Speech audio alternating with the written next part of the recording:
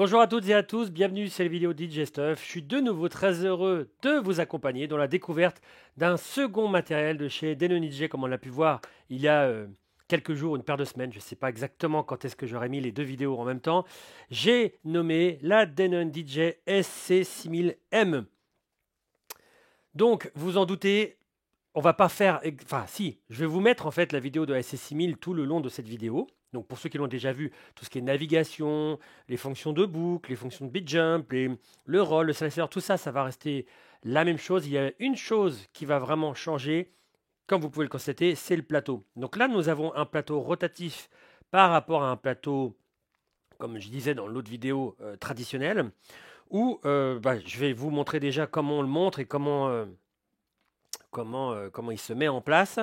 Et après, on va parler du couple, tout ça, on mixe super bien avec, vous allez voir. Alors, il faut savoir que, comme certains me connaissent déjà, je suis vraiment un aficionado. J'ai commencé sur le vinyle, donc c'est vraiment un support, un objet que j'affectionne fortement, énormément.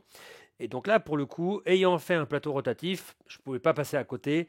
Et c'est vraiment une réussite. La SC6000M est un lecteur multimédia sur lequel vous pouvez lire des fichiers MP3, AAC, FLAC, ALAC, WAVE et AIFF. Vous pouvez aussi utiliser de la musique et des playlists en streaming venant de Beatport-Link, SoundCloud et Tidal. Le grand écran 10,1 pouces vous procure une largesse de visibilité et de manipulation pour gérer vos fichiers, vos playlists. Vous pourrez lire vos fichiers sur des clés USB, des disques durs, avec l'aide de 3 ports USB, un port de carte SD et même une baie interne pour accélérer votre disque dur. Tous ces périphériques peuvent être branchés à l'avant ou à l'arrière et vous retrouvez à l'arrière une alimentation, le bouton Power, un port Ethernet pour brancher toutes vos platines ensemble pour communiquer entre elles, ainsi que le Sage Link, un port USB pour le contrôle de logiciel, les ports USB pour les périphériques type clé USB et disque dur. Et enfin, sachez qu'avec une seule clé USB et un seul lecteur, vous aurez la possibilité de mixer deux morceaux avec deux sorties analogiques ou numériques. La SC6000M comprend un système de sécurité à la perte de l'alimentation et à l'arrachement de vos périphériques USB. Dans ce cas-là, il s'éteint correctement ou alors il continue à jouer le morceau entièrement. Alors, on va déjà voir point de vue, mise en place, etc. Donc, vous avez le disque du dessus. Alors, c'est bien parce qu'on a eu... comment... Ah, vous avez vu? Je vous fais juste le petit aparté, mais il y a le morceau qui continue à tourner alors que je l'ai éteinte. Et le morceau vient de ma clé USB qui est sur ce lecteur-là. Hein. Petit truc à noter. Bon, on l'a déjà dit dans la SC6000, on va pas se répéter. Donc déjà, première chose, c'est que vous avez, au lieu... moi, j'avais connu... Alors, je crois qu'ils ont mis ça en place aussi sur les 12 Mac 2, parce que vous savez que c'est un grand groupe, hein, Denon, Rain, Akai, etc. Numark. Et donc, avant, c'était une petite clé Allen qu'il fallait visser ici. Enfin, une petite vis. Et là, c'est vraiment un clic qui vient se cliquer directement sur l'axe. Donc ça, c'est vraiment un premier bon truc. Donc on peut l'enlever, le personnaliser vraiment très très rapidement. Donc le disque, une petite feutrine qui est livrée avec, et le moteur. Hop.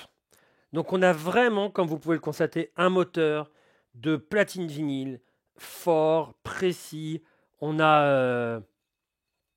Ah bah, je vais vous le peser, je vais vous le peser. 1,145 kg. Vous ne le voyez pas, c'est en dessous. 1,145 kg. Donc c'est quand même déjà un beau bébé. Et la platine n'a pas de mal à entraîner. Vous allez voir, le fonctionnement est vraiment génialissime. J'irais même plus par rapport à la SC6000. C'est que, par exemple, pour la touche break, j'affectionne vraiment beaucoup plus le plateau de la SC6000M parce qu'il amène avec son poids ralentissement naturel comme une platine vinyle qui est plus naturel en fait. Enfin, on a une impression de plus naturel. Donc vous voyez, j'ai mon petit cran ici. Hop, je vais me mettre à l'opposé. Hop, j'ai bien le petit clic. C'est parti, je peux allumer. Alors, vous savez que je suis pas un scratcher fou, mais autant vous dire que si vous mettez en high torque, ça va être nickel. Par contre, je vais vous montrer tout ce qui se passe au niveau calage. Vous allez voir le rattrapage est vraiment de toute beauté. J'affectionne un peu plus, c'est un mot que je vais dire plusieurs fois dans la vidéo, le mode normal que le high, bien que l'ergonomie reste la même, franchement, entre les deux, il n'y a pas de différence. Donc je vais mettre un morceau bidon à droite, un morceau ici, on va faire, je ne vous parle pas de calage ou de ces choses comme ça, on n'est pas là pour parler de ça, juste de rattrapage du bending, pour vous montrer qu'il y a vraiment une sensation de platine vinyle vraiment bonne, quoi. On va se mettre sur ce morceau-là, oula, un petit peu moins fort, c'est ça que j'aime. Je m'étais écouté fort pour vraiment tester le bending. C'est génial parce que même sans rotation, On peut préécouter, et on peut même enlever le moteur. Vous voyez, on peut. Moi, je préfère avec le moteur. Donc, au niveau rattrapage, je vais faire exprès de faire une grosse erreur et vous allez voir qu'au niveau rattrapage, c'est génial. Donc, je vais ralentir. Voilà. Ouais, c'est génial. Je vais mettre là où il y a un peu moins de...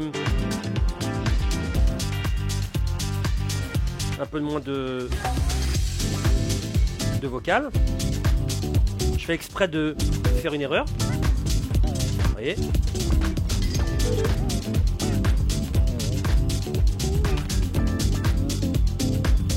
C'est vraiment hyper agréable. Vraiment, on a un toucher vinyle. Le seul petit que je dirais, fait bien que je dise quelque chose, c'est la présence ici. Vous voyez, quand on fait ce mouvement-là, du bouton qui est un petit peu trop proche. Vous voyez, on aurait tendance, il y a quelques doigts qui peuvent taper dedans. Bon, ça m'a pas trop gêné, mais j'ai eu un doigt qui s'est glissé à un moment donné. Mais voilà, pas de quoi s'affoler. Vraiment, le calage, je le refais encore un petit coup, vous allez voir, c'est super agréable.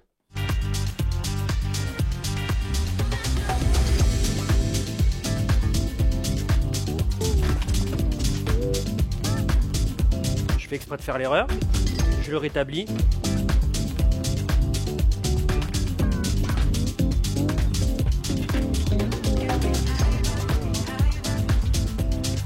C'est vraiment génial. Et là, je vous disais ce que j'adore au niveau du break. Vous voyez, par exemple, si je mets le slip mode, je mets mon break, et il y a vraiment l'élancement, le poids du plateau qui va vraiment faire un break génial.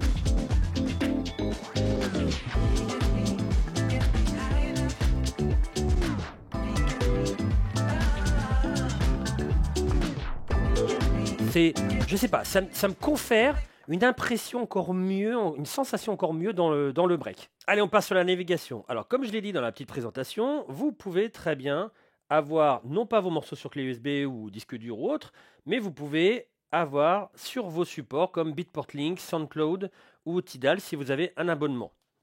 Nous, on va s'attarder sur la clé. Donc, à l'insertion de la clé, il va vous mettre un petit message vous apprenant qu'il y a déjà une bibliothèque qu'il a trouvée, il voudrait l'analyser, etc. Je vais déjà appuyer sur non en premier lieu pour vous montrer quelque chose. C'est que si vous avez, effectivement, on dit que les platines Denon sont compatibles avec les clés USB Recordbox. Oui, à juste une précision, c'est qu'il vous faut aller choisir ce petit, au tout départ, le petit message, parce que quand vous allez aller dans vos playlists, regardez, il n'y a pas de petite flèche, il n'y a rien. Alors, il y a History, il y a Playlist, mais il n'y a rien. De même que, et c'est pour ça que je vous ai montré, sans avoir appuyé sur Yes sur le message, dans la partie Folder, parce que c'est pareil, ils disent que n'importe quel morceau peut être importé, analysé, faire des playlists, etc. Ouais, c'est sous condition quand même. Je trouve que le message est un peu... C'est vraiment le petit hic. La platine est entièrement... Enfin, c'est dingue. Elle est super dingue. Niveau finition, enfin, vous allez voir dans la vidéo, niveau finition, niveau fonctionnement, enfin voilà, c'est dingue.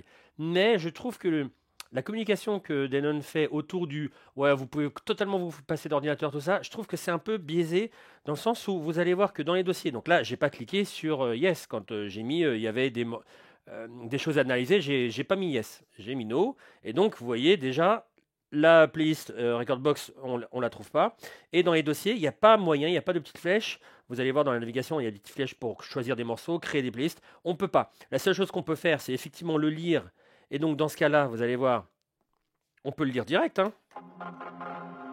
Voilà, il n'y a pas de souci, on peut lire complètement, hein. Aucun souci. Et il va analyser la grille, etc. Donc voilà, là, effectivement, ça analyse, ça fait tout comme on le souhaite, il n'y a pas de souci. Sauf que derrière, je peux soit le lire, soit... Alors, je peux faire une préécoute aussi. Alors ça, c'est les morceaux non analysés ou non analysés. Si je fais une préécoute...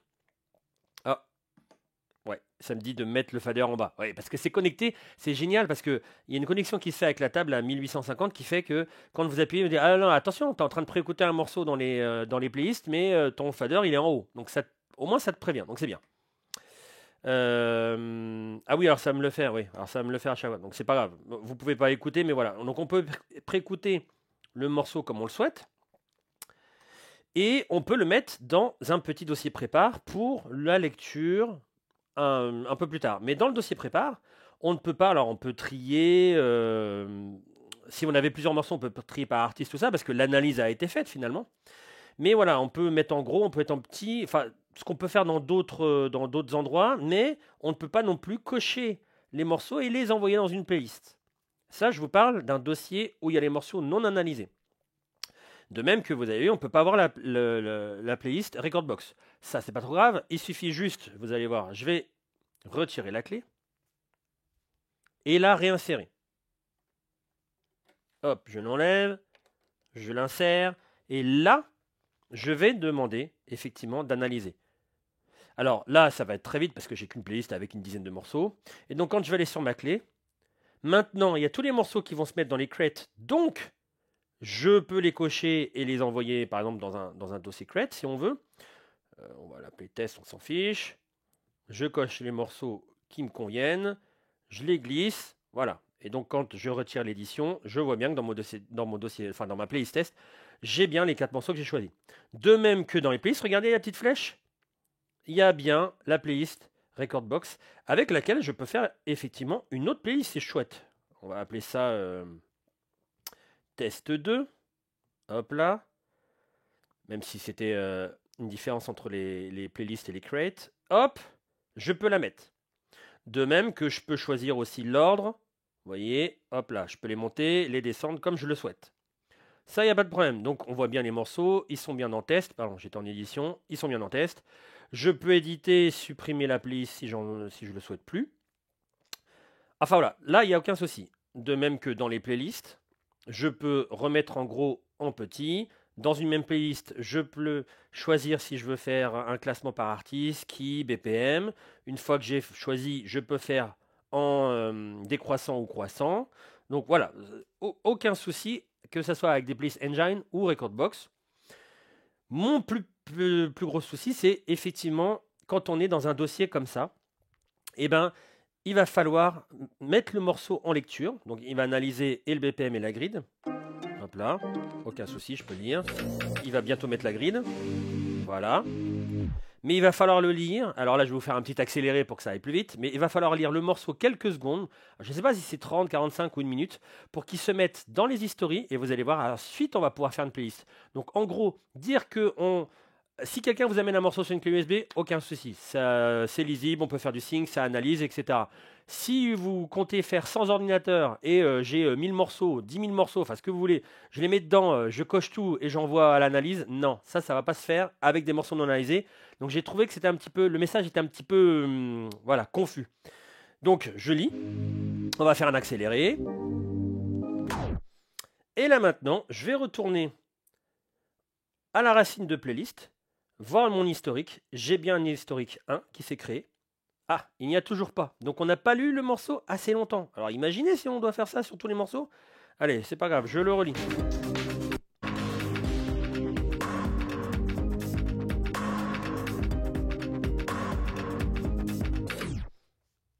Allez, on tente. Je reviens dans mes playlists.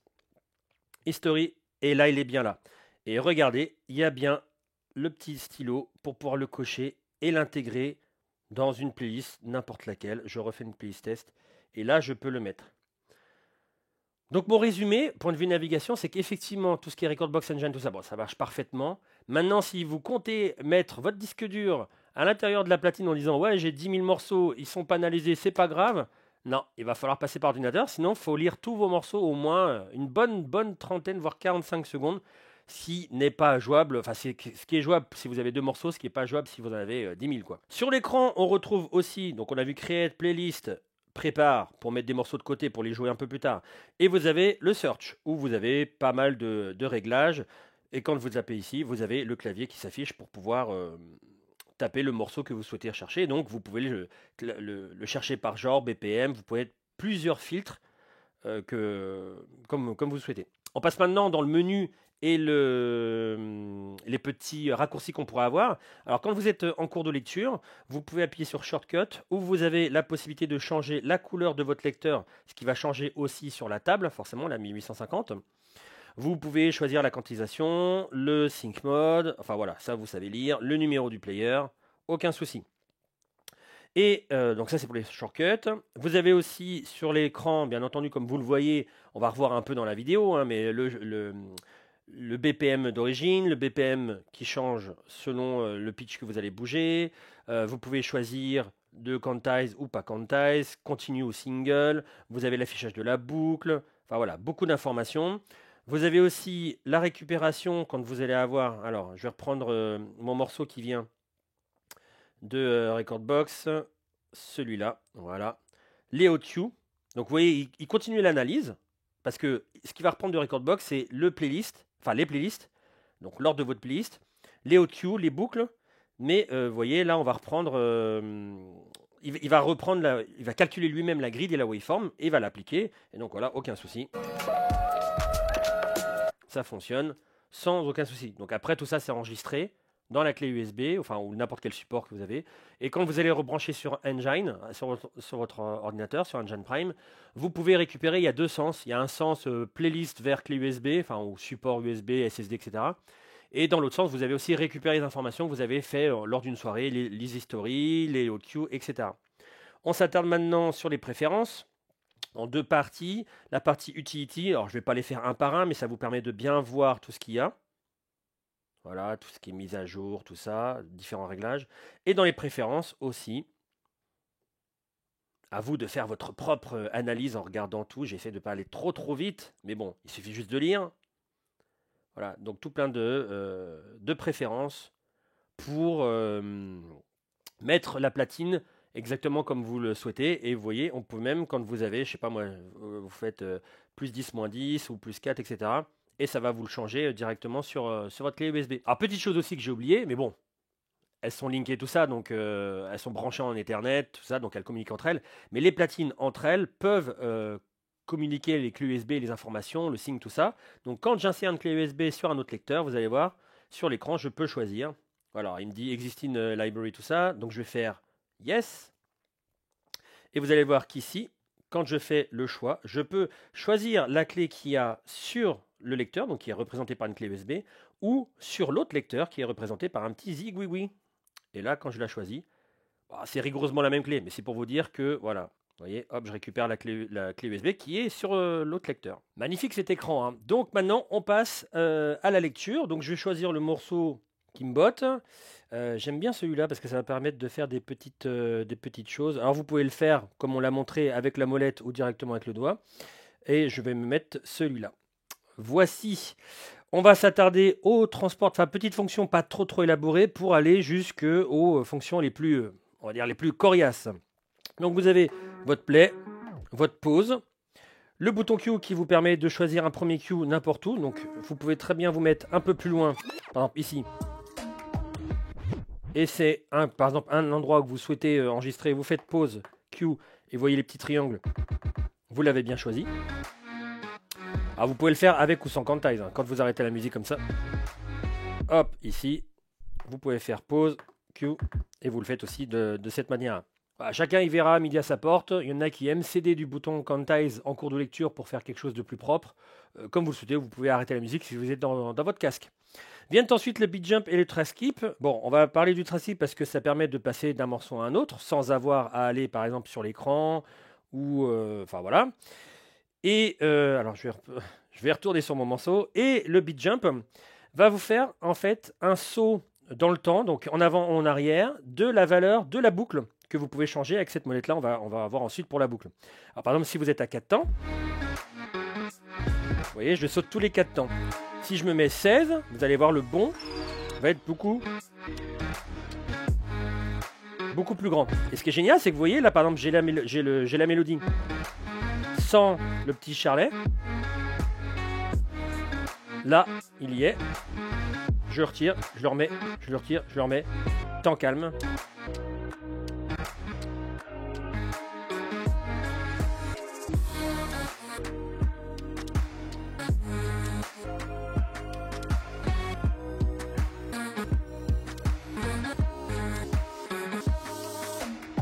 Bim. Très pratique le beat jump. La boucle ici, qui est manuelle, alors soit vous pouvez faire le in, le out, avec ou sans quantize. In, out, Vous pouvez l'augmenter, enfin ou la réduire. Le mec il dit augmenter et réduit. Voilà. Et vous pouvez ensuite la déplacer avec le bouton Shift.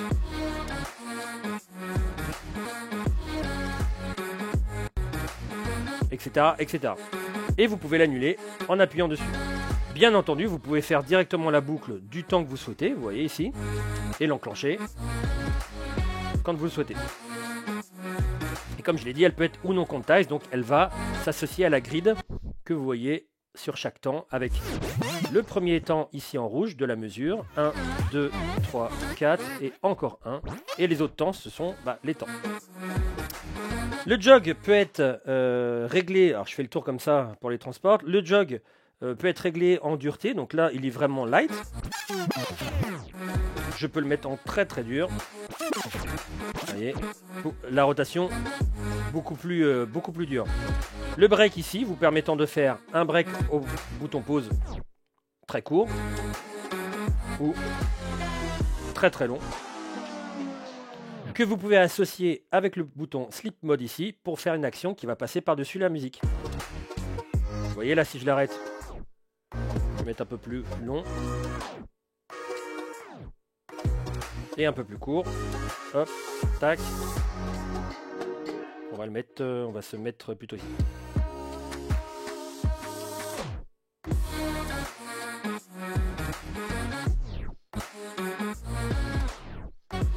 Etc. Ça fonctionne aussi, par exemple, sur les hautes cues qu'on va voir ensuite. Le pitch est disponible avec beaucoup de variantes. Comme vous avez pu le voir sur l'écran, on peut changer le fait que ici le pitch bend qui accompagne le pitch puisse être soit du range ou soit du pitch bend. Moi, j'ai choisi de faire du pitch bend. Si vous allez dans les réglages, vous pouvez demander que ça soit... C'est pas ici, pardon. C'est ici, du range. Et donc, dans ce cas-là, dès que je vais appuyer, vous voyez, je passe les valeurs. Mais moi, je préfère que ça soit du pitch bend. Donc, vous permettant de faire la même chose que sur le jog. Vous voyez, ralentissement. Ou accélération. Tout simplement. Donc, vous avez le choix, alors je vais faire avec le bouton Shift, d'aller à plus 4, moins 4. Plus 8, moins 8, plus 10, moins 10, plus moins, moins 20, plus 50, moins 50, et du 100%. Avec le Master Tempo, qui vous maintient la tonalité. Ou sans Master Tempo. Enfin, Time Stretch, je devrais dire, parce que là, c'est du kilo aussi. Et, alors, je vais me retourner à des valeurs un peu plus humaines. Voilà, 8%. Le sync est accompagné aussi, le pitch, pardon, lapsus révélateur, est accompagné aussi du sync qui vous permet de caler entre deux lecteurs un tempo. Enfin là c'est le même morceau, mais voilà, en choisissant quel lecteur est maître. Et dans ce cas-là, l'autre lecteur va se caler, enfin le ou les lecteurs vont se caler sur le lecteur maître. Voilà, on a tout vu de ce qui n'est pas trop complexe au niveau des fonctions. On passe sur les pads. Donc vous avez 8 pads qui vous permettent de faire différentes fonctions qui sont les hot cues, les loops, les rolls et le slicer. Avec un paramètre ici, vous permettant par exemple pour le slicer de répéter, on le verra, une partie un petit peu plus courte ou une petite partie un peu plus longue. Les hot cues, vous les enregistrez toujours pareil avec ou sans quantize comme vous le souhaitez.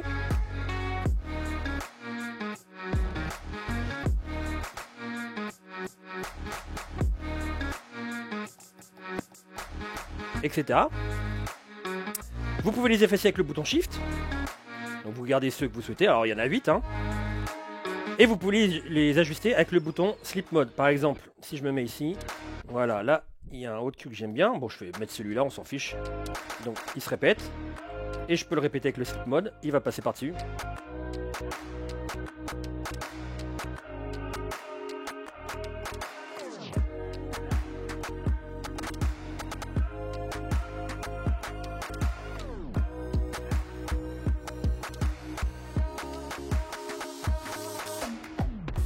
Etc. Les boucles ici.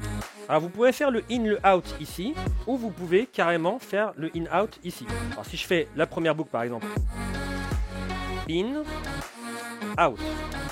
On peut l'activer ou non ici. On peut l'effacer avec le bouton Shift. Je cherchais mon bouton Shift.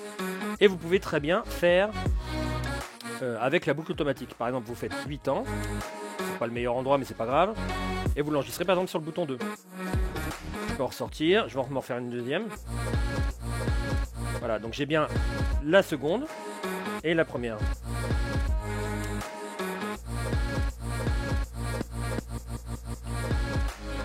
Et je les efface. Je viens de me rendre compte que je suis passé directement sur le sensor sans vous le montrer. Aïe. Alors les sensors c'est quoi? Et on va reprendre après ensuite les pads. Mais je viens de me rendre compte, il faut en parler, c'est génial. C'est un reverse. Alors si vous appuyez sur le bouton normal, ça vous fait un reverse par-dessus la musique. Vous allez voir sur l'écran, ça se sépare. C'est assez magique d'ailleurs avec la qualité de l'écran. Et le reverse tout court qui va vraiment vous faire un reverse. Donc sensor déjà, sans le bouton shift.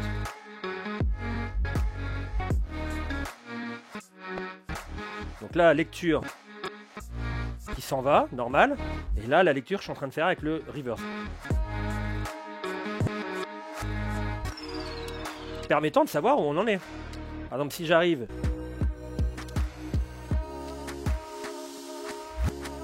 Hop, je relâche, vraiment au bon moment. Ça, c'est génial. Et le reverse normal, avec le bouton shift. Donc là, c'est vraiment une inversion physique. Quoique, j'ai jamais tenté, peut-être que ça marche avec le Sync Mode. Non, ça ne marche pas avec le Sync Mode. Donc, ne le faites pas. On passe ensuite, après les audio et les loops, au roll. Donc vous avez différentes inscriptions qui sont retransmises sur l'écran. Vous avez 2, 1, le 1 temps ternaire, 1 demi temps ternaire, 1 quart de temps ternaire et 1 huitième. Donc 2 temps, ça va moins s'entendre que 1 temps, mais on va le faire quand même pour le fun. Vous pouvez aussi la réduire. Ah, j'ai plus de doigts. Mais vous pouvez le faire directement.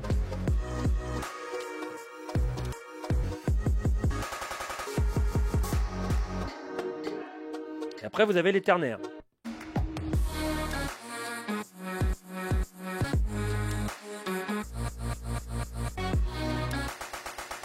Faut pas les faire trop longtemps. Mais dès qu'on arrive à la fin d'un cycle, par exemple...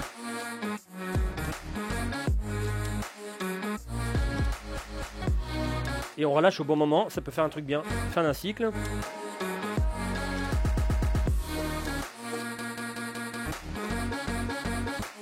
Etc. Et le slicer qui va vous faire une répétition là, sur une boucle de 8 ans. Je vais baisser mon enceinte. Vous voyez, qui vous répète les 8 ans.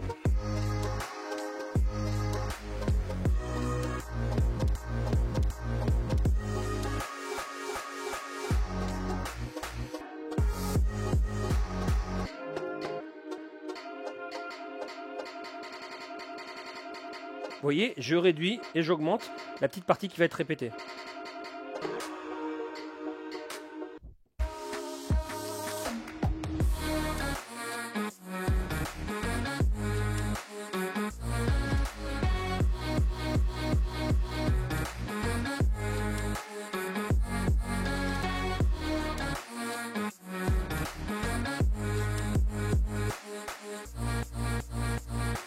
Etc.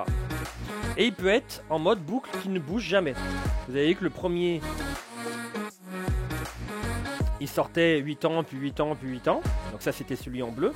Et il y a le vert qui reste vraiment les vrais 8 ans. Donc vous restez dans la boucle de 8 ans.